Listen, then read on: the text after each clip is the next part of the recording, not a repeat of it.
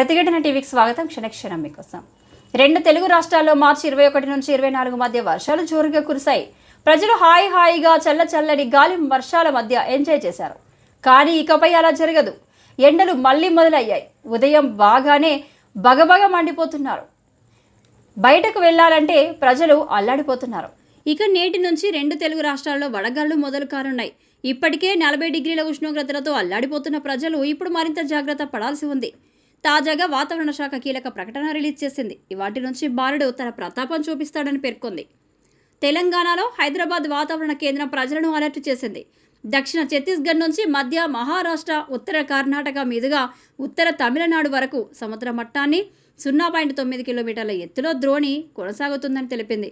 అందువల్ల 2 నుంచి 3 డిగ్రీలు పెరిగే ఛాన్స్ ఉందని చెప్పుకొచ్చింది. దీని కారణంగా తెలంగాణ రాష్ట్రంలోని అన్ని జిల్లాలలో వడగాళ్లు తీవ్రంగా వీచే అవకాశం ఉందని పేర్కొంది. అందులో ఆదిలాబాద్లో గరిష్టంగా 39.3, నల్గొండలో 35 డిగ్రీల కనిష్ట ఉష్ణోగ్రతలు నమోదయ్యే ఛాన్స్ ఉందని చెప్పుకొచ్చింది.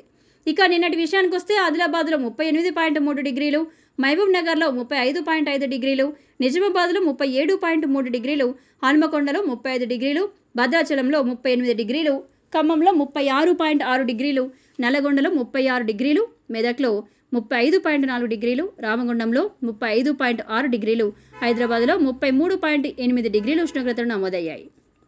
ఇక ఏపీలో వాతావరణం అలాగే ఏపీలో సైతం సూర్యుడు తన ప్రతాపం చూపించబోతున్నాడు. నేడు 108 మండలాల్లో తీవ్రమైన వడగాలులు వీచే ఛాన్స్ ఉందని ఏపీ విపత్తుల నిర్వహణ సంస్థ తెలిపింది. ఇవాళ శ్రీకాకుళం జిల్లాలో 15 డిగ్రీలు, విజయనగరం జిల్లాలో 21 డిగ్రీలు, పార్వతీపురం మన్యం జిల్లాలో 10 డిగ్రీలు, అల్లూరి సీతారామరాజు జిల్లాలో 8 డిగ్రీలు, అనకాపల్లిలో 7 డిగ్రీలు, కాకినాడలో 7 డిగ్రీలు, కోనసీమలో 3 డిగ్రీలు, తూర్పు గోదావరిలో 13 డిగ్రీలు, ఏలూరులో 5, కృష్ణాలో 2, ఎన్టీఆర్ జిల్లాలో 6, గుంటూరులో 3, పల్నాడులోని 8 మండలాల్లో వడగాళ్ల ప్రభావం తీవ్రంగా ఉండే ఛాన్స్ ఉందని అంచనా వేసింది.